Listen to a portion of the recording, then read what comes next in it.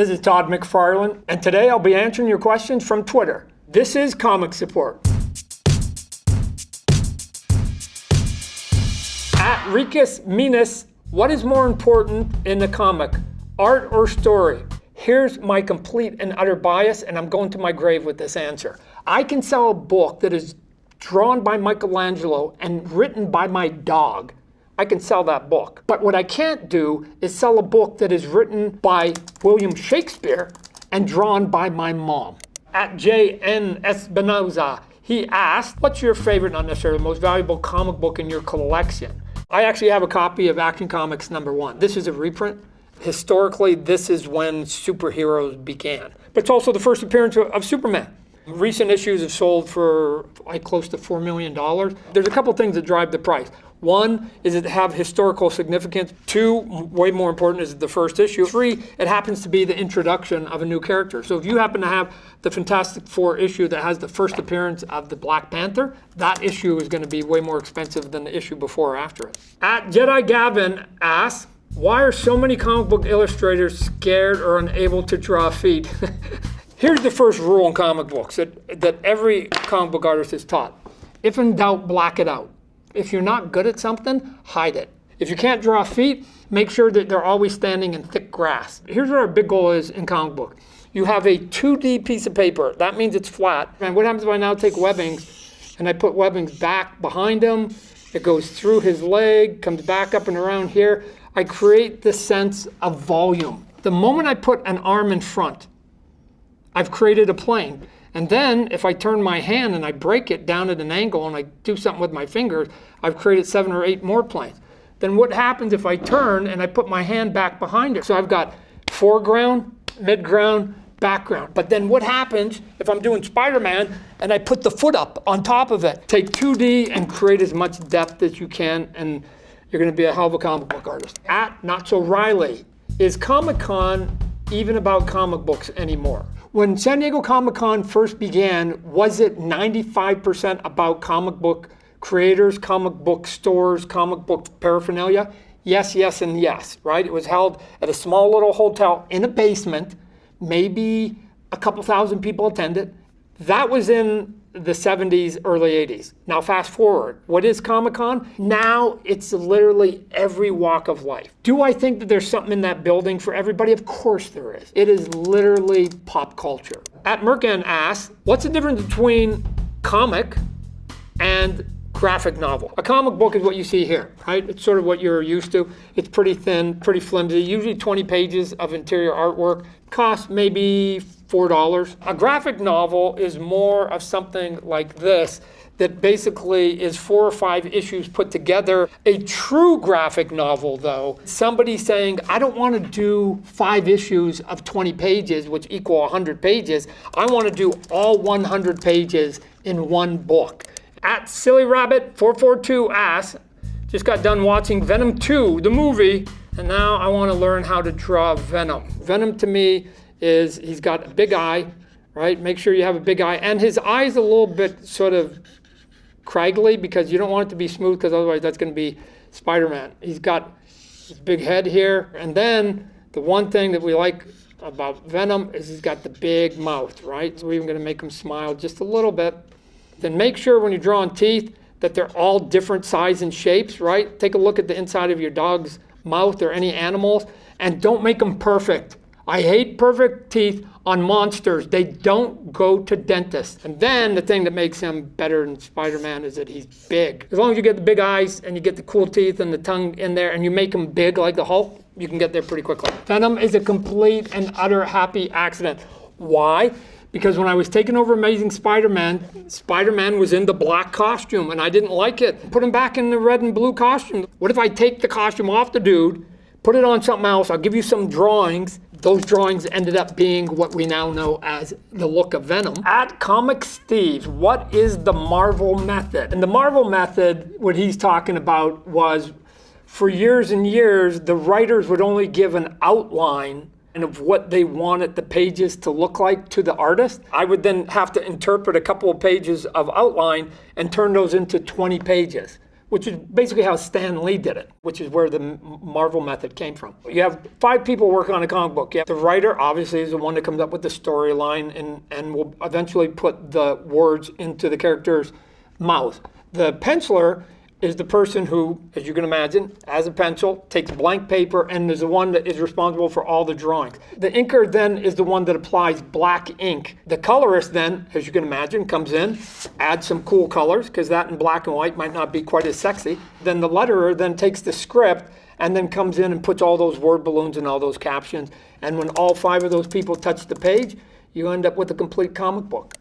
At Systems Emanos asks, how do people write for comics? Is it full-on novel, just keywords and descriptions, or straight-up improvisation? Most writers write full scripts. They give you basically how many panels they want on it, and that's basically how many different drawings they want on a page.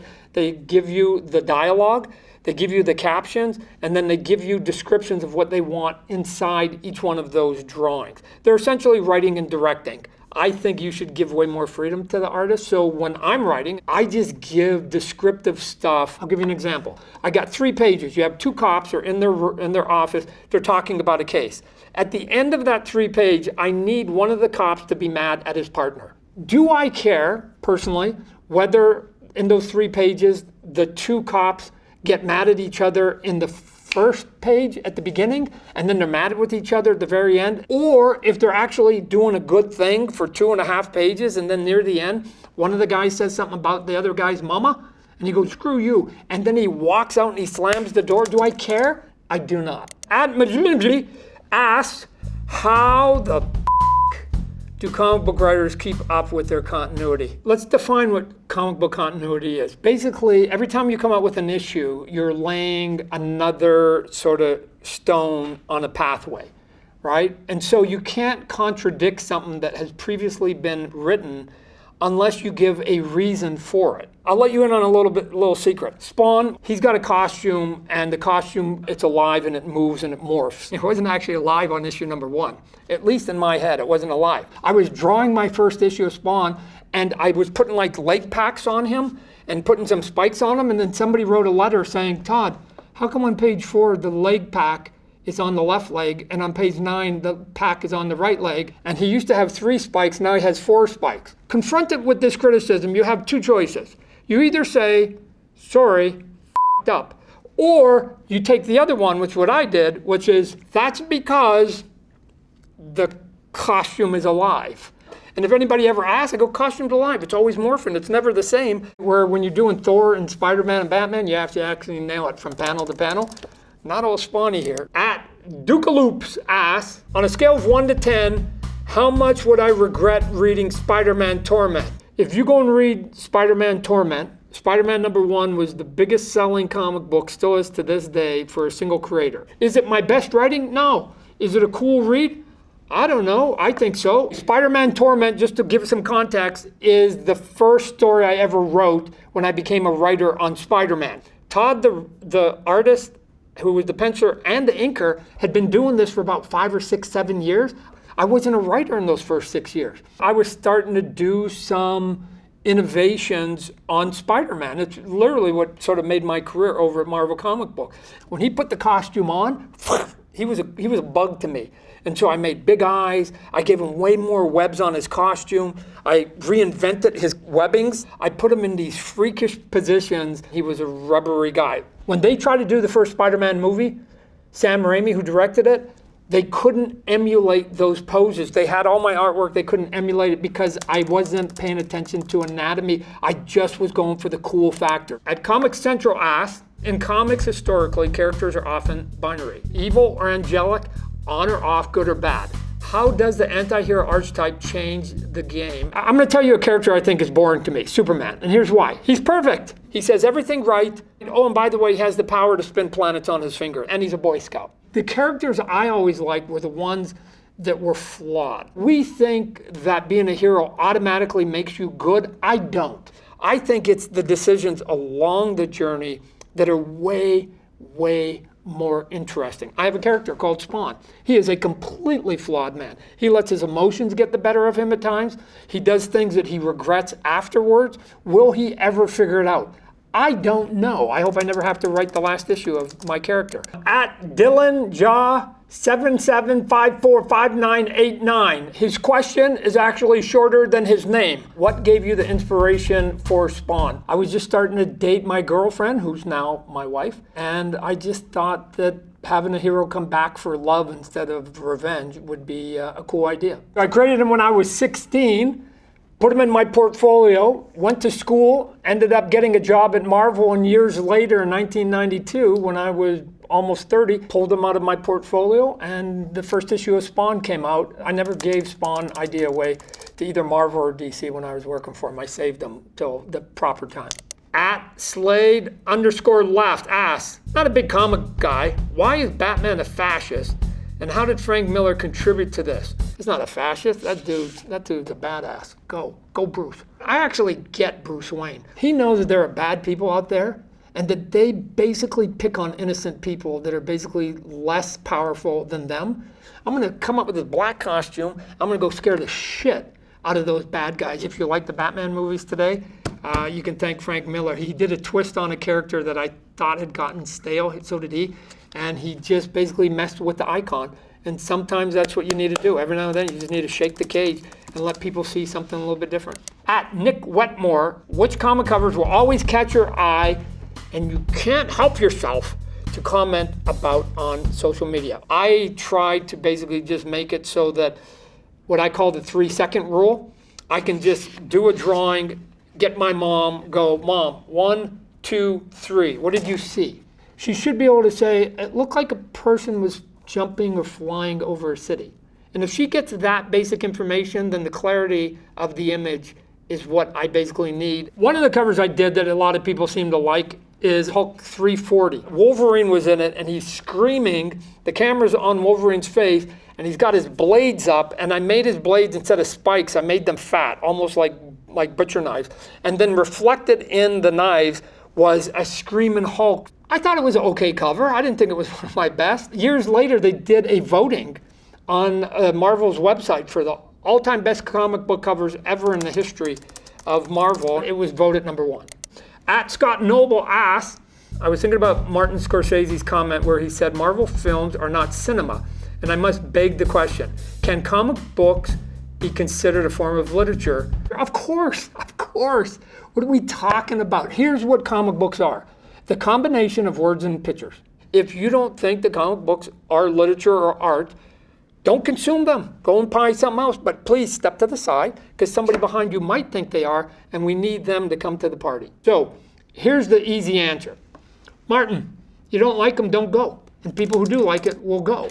Flyfox Pro asks, who are some of your biggest comic book inspirations, specifically as they are reflected in your art? Jack Kirby, just because, again, I don't draw like him, but his storytelling was big and bombastic. John Byrne, for the way that he basically did some of his action. Gil Kane was a guy who, when he hit somebody, bam, it felt like you were getting shot out of a cannon. George Perez, he would draw machinery that still to this day stuns me. Marshall Rogers did some of the coolest capes I ever saw. All these people, you put them, a little bit of those influences in a blender, pour it out, and that becomes Todd McFarlane's style. But it really is using ingredients that have pre-existed, I think, from all the people that I grew up on. At Hunt 5051, how was it like working with Stan Lee? Stan Lee, for hopefully only 2 of you out there that don't know, is the one that basically co-created almost every single Marvel character that you've ever heard of. The Stan Lee that you saw in person, that big gregarious guy, Excelsior, he's the exact same dude. He would hand it over to the artist and the other people on the team, and he would say, go. I'm gonna give you a germ of an idea. You go and do your thing. He was a good man, we all miss him. At Figure of the Day asks, what is the most important feature on an action figure? Detail, articulation, arms that stretch into next week? For lots of people who collect action figures, movement matters. Can my figure move? Here's what most toys look like when my company began, McFarlane Toys. They had 5 movements. 1 was a head, 1 was an arm, right here. Nothing else moved, just the shoulder. This character right now not only has way more detail, is bigger than those toys were when I started, but it has 32 moving parts. The other ones had 5. After I broke into the toy business, I understand why toys are made a certain way. They're maximizing their margins of profit. At Harold_Magnus, back in February 1st, 1992, three friends called Todd McFarlane, Jim Lee, and Rob Liefeld founded a little independent comic book company called Image Comics. Have you ever heard about it? Yes, I have. I'm one of the co-founders of it. We all were working at Marvel comic books, and we were sort of the elite artists at that time. We left, started Image Comic Books. What we were just trying to do was come up with a way of doing business in the comic book industry that would make more sense to us. And so the biggest piece of it was all of us got to own our own ideas. When you're doing Batman, when you're doing Superman, when you're doing Spider-Man, although you can have as much fun as you want, you don't have any rights into those stories. At jellyfish_GS. So if I want to get into comic books or graphic novels, where do I start? On the superhero front, it depends. If you like big fantasy, I would go with maybe some of the team books. If you like sort of urban, grittier stuff, I'd go with Batman, Daredevil, even something like Spawn. The Walking Dead. It's basically a zombie book. It's really about the human condition. Go into a comic book store, tell the person working at the front what your personal tastes are, and I promise you there's a book that is in that store that's for you. So those are all the questions today. Thanks for watching Comic Support.